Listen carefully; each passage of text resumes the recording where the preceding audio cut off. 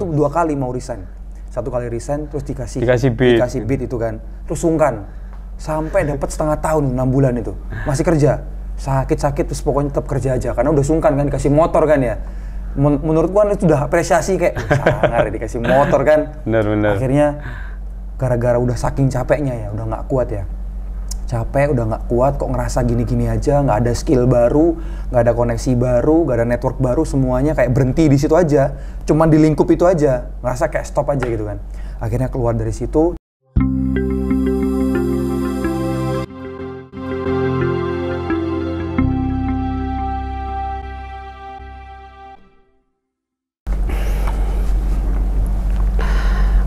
Assalamualaikum warahmatullahi wabarakatuh. Alhamdulillahirabbil alamin. Kita berjumpa lagi. Padahal ini syuting yang pertama kali ya. Ini ada program baru dari SMK IPM 8 Sidoarjo yang yaitu Halo Alumni. Ya, Halo Alumni ini adalah program baru dari SMK IPM 8 Sidoarjo yang dimana khusus menyapa para alumni yang di luar itu sudah benar-benar menginspirasi ya. Nah, sudah nggak usah panjang lebar, kali ini saya sudah dengan salah satu alumni yang sudah ini terkenal lah, lumayan terkenal di Jagat Raya. Bukan lumayan lagi, sudah terkenal di jagat dunia maya khususnya. Nah, kita sambut langsung saja alumni dari jurusan dulunya multimedia, sekarang jadi DKV. Halo, selamat pagi. Pagi. Sore. Tapi kalau sekarang itu selamat pagi luar biasa. Ayo. Selamat pagi luar biasa. Oke, terima kasih. Oke, di sebelah saya ini sudah ada sosok alumni yang sangat menginspirasi, dari tampilannya saja sudah bisa dilihat ya. Keren banget kan ya. Alhamdulillah ya. Nah, dia ini alumni dari desain komunikasi visual. Oke. Dengan kakak atau mas atau bapak ini ya? Wes. Kak, nama aja langsung ya. Nama saya Abdullah, lulusan SMK IPM 8 Sidoarjo di tahun 2021. Tahunnya COVID kalau nggak salah teman-teman. Tahunnya COVID, betul sekali. Jadi tidak ada studi tour ya Bapak ya. Bapak mungkin pernah merasakan di Jakarta, saya saat itu belum. Oh gitu ya. Ngomong-ngomong study tour ya, nanti aja kita bahas di statement terakhir. Oke, siap. Oke, jurusan DKV tahun 2021, bener ya? Berarti sudah lulus kurang lebih 4 tahun. 4 tahun ya, 4 tahun lulus. Nah, ini perubahannya luar biasa ya. Kalau pengen tahu dulunya gimana, nih cek di sini nanti ya. Sekarang jadi seperti ini, luar biasa. Nah, Mas Abdul ya panggilannya ya. Abdul. Masih single? Alhamdulillah single, tapi punya calon ya. Oh, punya calon. Oke, minta doanya supaya agak dilancarkan. Amin. Ya memang sudah waktunya kan ya. Oke. Sekarang nih aktivitasnya apa ini Mas Abdul? Aktivitas saat ini freelance. Ya. Alhamdulillah freelance. Freelance itu ada videographer dan talent juga. Talent tuh kayak in frame ya. Kayak buat konten-konten buat digital marketingnya perusahaan-perusahaan UMKM dan perusahaan-perusahaan yang lain yang membutuhkan digital marketing lah. Jadi kayak biasanya Instagram tuh ada konten gitu ya. Nah itu talentnya. Terus videographer, saat ini videografernya wedding sama event-event gathering, seminar atau yang lain-lain. Kemudian juga public speaker juga, dan public speakernya juga di beberapa kampus seperti UNESA juga pernah, UMAHA juga, bahkan UMSIDA juga alhamdulillah pernah seperti itu. Dan yes, itu aja sih Pak. Itu aja. Oh, berarti ini dulunya seorang videografer yang dimana di belakang layar, sekarang merambah ke di depan layar. Dua-duanya. Bener. Sekarang dua-duanya. Dua-duanya, belakang ada, depan ada. Apa sih yang kenapa sih kok sekarang merambah ke depan layar, Mas Abdul? Depan layar ya. Karena gini, mungkin ketika seorang videografer ya, selama aku berkecimpung di dunia videografer yang dimana aku di balik layar, ketika melihat yang ada di in frame itu sometimes ada rasanya gini, kok kayaknya ekspresinya tuh kayak kurang gitu. Terus kan kita biasanya kalau orang videografer wedding itu kan kita ikut mose kan, mose kayak gimana. Bahkan kita belajar mose kayak lihainya cewek pun aku juga bisa gitu kan. Karena udah terbiasa mose gitu kan. Pada akhirnya melihat dari banyak konten orang-orang, kok kayaknya aku bisa kayak gitu. Akhirnya mulailah dicoba rasanya in frame depan kamera tuh kayak gimana.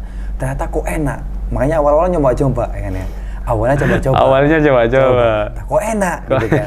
Akhirnya itu jadikan profesi juga. Makanya berawal dari situ akhirnya udah lumayan ada beberapa orang yang kenal atau bahkan perusahaan-perusahaan yang memang manggil untuk jadi public speaker, bahkan jadi content creator dan lain-lain seperti itu, Pak. Berarti talent semacam endorse sekarang ya? Endorse nggak langsung ke aku, jadi langsung. ada manajemen yang memang ini kayak digital marketer lah, yang memang dia punya klien perusahaan yang perusahaannya itu mempercayai dia untuk menaikkan brandingnya perusahaan. Nah dia yang mempekerjakan aku, yang nge-hire aku lah, kayak gitu. Berarti dulunya mungkin kalau di dunia wedding mau saja, sekarang berarti secara nggak langsung sekarang belajar juga ya? Langsung belajar juga untuk jadi talent. Oke. Mas Abdul, dulu kan multimedia ya, sekarang jadi videographer dan talent. Ini menurut Mas Abdul ini ya, dari dalam hati Mas Abdul ini sudah sesuai passion Mas Abdul nggak sih? Sesuai passion. Sangat sesuai passion, ya. Ya karena mungkin kalau aku mengenal diriku lebih dalam itu kayaknya aku ekspresif gitu loh. Jadi ya mungkin orang-orang kayak teater gitu ya. Orang-orang teater tuh kan biasanya kalau aktor tuh kan harus ekspresif mungkin. Aku mungkin bisa bakal jadi aktor, mungkin bisa jadi ya, tapi nggak tahu kapan. Tapi kita tunggu aja nasibnya, bakal jadi aktor atau enggak. Tapi menurutku, aku bisa jadi aktor. Karena apa?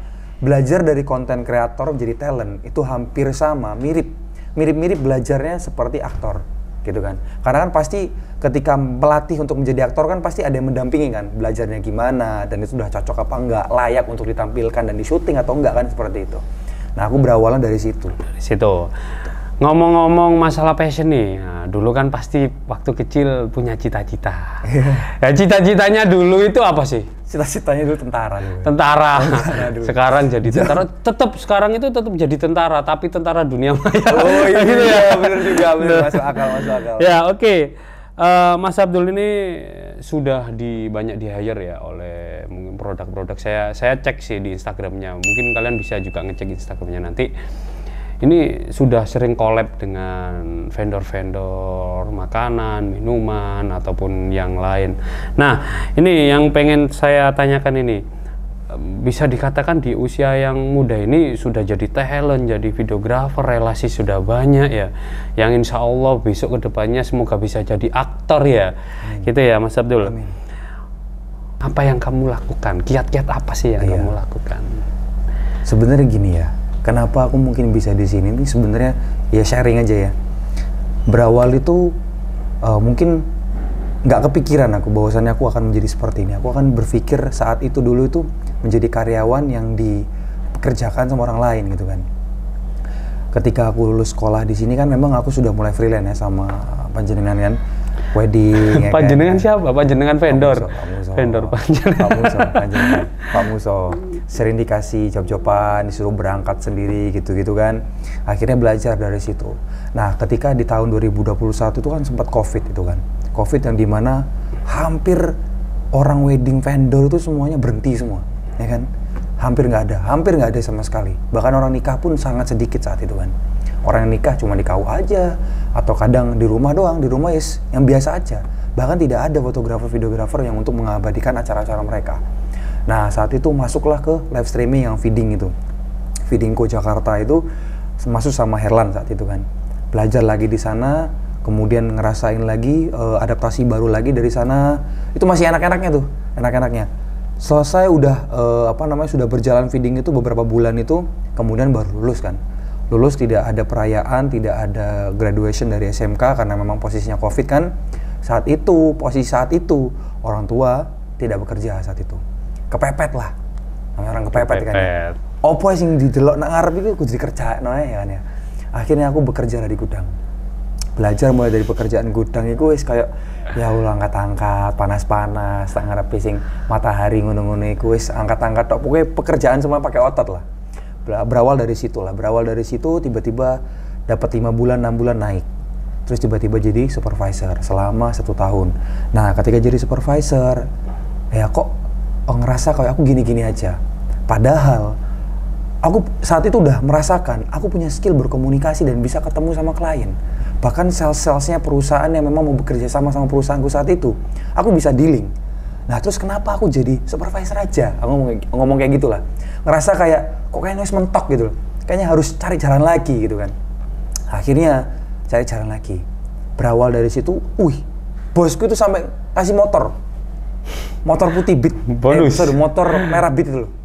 Dapat bonus itu ya? Bonus itu 2 kali mau resign. 1 kali resign terus dikasih Beat itu kan. Terus sungkan sampai dapat setengah tahun 6 bulan itu masih kerja.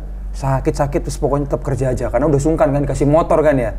Menurut gua itu udah apresiasi kayak sangar dikasih motor kan. Benar. Akhirnya gara-gara udah saking capeknya ya, udah nggak kuat ya. Capek, udah nggak kuat, kok ngerasa gini-gini aja, nggak ada skill baru, nggak ada koneksi baru, nggak ada network baru, semuanya kayak berhenti di situ aja, cuman di lingkup itu aja, ngerasa kayak stop aja gitu kan. Akhirnya keluar dari situ, tapi sebelum keluar, aku udah freelance, setiap minggu sama Sabtu kalau lagi libur, itu ngambil freelance foto video gitu kan. Kayak buat ningkatin nama lagi lah, bahwasanya aku udah balik lagi gitu loh. Branding lagi, tetap Senin sampai Jumat masih kerja, Sabtu Minggu dibuat freelance gitu kan. Mulai dari situ, pas aku keluar dari perusahaan itu, alhamdulillah kan disanguni juga kan. Disanguni dibuat bertahan hidup selama 2 bulan lah, cukuplah 2 bulan. Nah ketika 2 bulan itu, selama aku 2 bulan, aku mulai ngecat orang-orang yang memang biasanya punya vendor lah.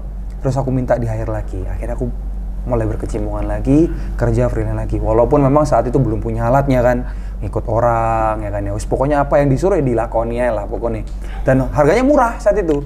Pokoknya murah lah. Jalan dulu yang penting jalan dulu. Pokoknya jalan dulu. Yang penting ya apa caranya aku ini ketok sama orang itu bahwasanya aku udah balik lagi ke dunia aslinya gitu kan. Kembali branding diri lagi. Betul. Nah, kalau dari pertanyaannya apa yang aku lakukan sampai aku posisi sini tadi dari track record tadi. Nah, mungkin kalau misalnya aku, ini kan tergantung orang ya, tapi ketika aku mendapatkan tekanan, bahwasannya aku sebagai anak, tulang punggung keluarga itu bahwasannya harus gimana caranya mencari nafkah untuk orang tua kan, anggapannya gitu kan ya. Disitulah itu ada sebuah tekanan paling tinggi. Ketika aku berhenti, anggap aja kita pakai sepeda ya, terus kita pakai sepeda di ontel gitu kan, terus kalau kita berhenti kan jatuh kan, kehilangan keseimbangan. Pada akhirnya di situ ada dorongan, gimana caranya aku bekerja jangan sampai berhenti. Bagaimanapun caranya yang penting halal.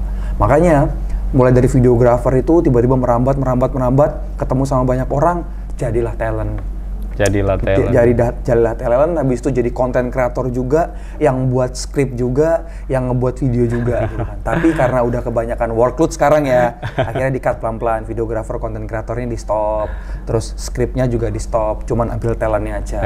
Karena udah workloadnya udah tinggi kan, karena udah gak mungkin lah memaksakan semua pekerjaan harus tak kerjakan. Di-handle sendiri, karena memang butuh teamwork juga mungkin ya? Betul, teamwork. Dan juga kan ketika banyak pekerjaan dan yang handle aku sendiri, yang jelas tidak maksimal dan kualitasnya akan di bawah rata-rata. Harusnya kan ketika kita bekerja di dunia industri kreatif kan kalau bisa hasil yang kita munculkan atau udah selesai outputnya itu kan harusnya kualitasnya baik dan layak untuk dipertontonkan kayak gitu kan. Akhirnya kayak gitu. Berarti selama 4 tahun ini berliku-liku sekali ya Mas Abdul ya? Luar biasa. Iya, kurang lebih 4 tahun. Nah, terus terakhir nih Mas Abdul ya, ini tips untuk adik-adik yang sekarang itu masih menuntut ilmu di SMK YPM 8 Sidoarjo. Nah ini terutama ini kan Gen Z kan, Gen yang dimana ini ketika lahir pun sudah mulai iya. bisa dikatakan kenal dengan dunia digital. Benar. Ya ini pesannya apa? Singkat, padat, dan mendalam. Nah, mungkin ada pesan-pesan buat teman-teman yang masih sekolah ya, di bangku sekolah SMK terutama ya. Mungkin SMA juga boleh, tapi paling penting adalah SMK, yang dimana SMK ini kan tujuannya ketika dia sudah lulus sekolah kan bekerja, ya kan, kuliah ya monggo, tapi tujuan utamanya SMK-nya berada itu kan supaya mereka tuh dilatih mentalnya untuk siap bekerja ketika sudah lulus, gitu kan. Nah, pesan untuk teman-teman semua ketika lagi sekolah SMK atau SMA, apapun itu masih sekolah, cari jati dirimu yang sesungguhnya. Apa yang kamu suka dan apa yang kamu tidak suka. Sebenarnya hal ini tuh sebenarnya kalau misalnya orang internasional atau bahkan negara lain ya atau luar negeri, jati diri itu udah dicari sejak SD. SD itu udah mereka cari. SMP itu diasah sama dia. SMA itu adalah fokus sama apa? Contoh nih, SD ini lagi nyari, aku sukanya foto apa gambar atau video ya. Terus ketemu, oh ternyata video.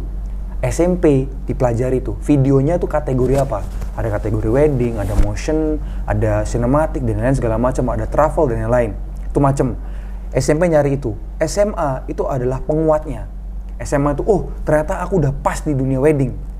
Ternyata aku suka di dunia wedding dan aku sudah tahu seluk-beluknya di dunia wedding tuh seperti ini dan posenya harus kayak gini, kayak gini, kayak gini. Nah, dari situlah SMA itu adalah sudah posisinya sudah tahu. Nah, karena kebetulan memang Gen Z ini atau bahkan negara Indonesia sendiri itu kan tidak terbiasa atau mungkin parentingnya mungkin kurang ya ketika mereka mengajarkan anaknya untuk mencari jati diri. Nah, adanya SMK, ketika mereka belum punya jati diri, adanya SMK adalah untuk mencari jati diri yang sesungguhnya. Makanya harus cari apa yang kamu suka. Selama di SMK, eksplor.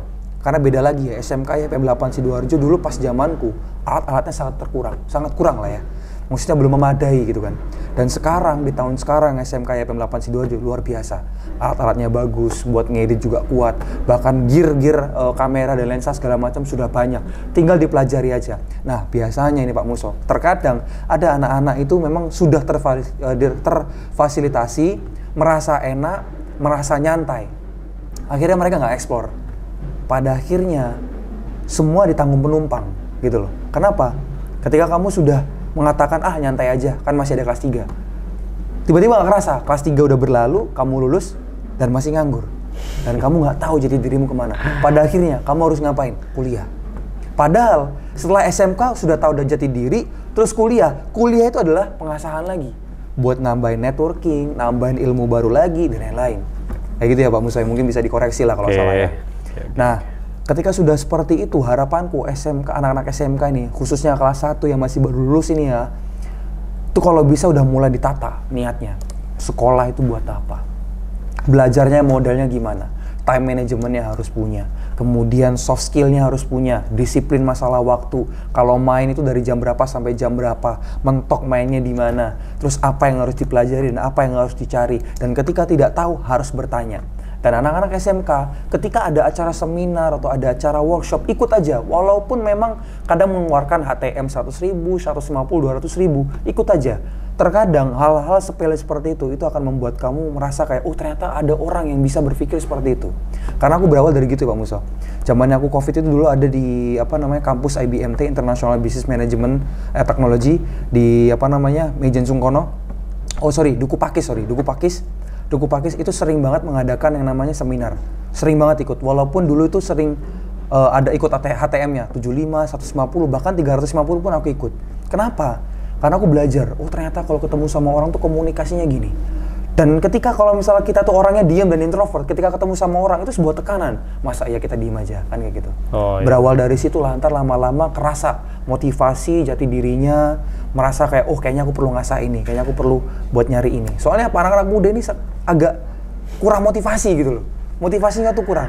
Cara ingin tahu explore-nya tuh sangat kurang. Sangat gitu, kurang. Berarti gitu. Gen Z sekarang ini rata-rata seperti itu ya? Makanya aku bilang ngawur. Gen Z ini ngawur. Ngawur. Padahal aku sendiri Gen Z padahal.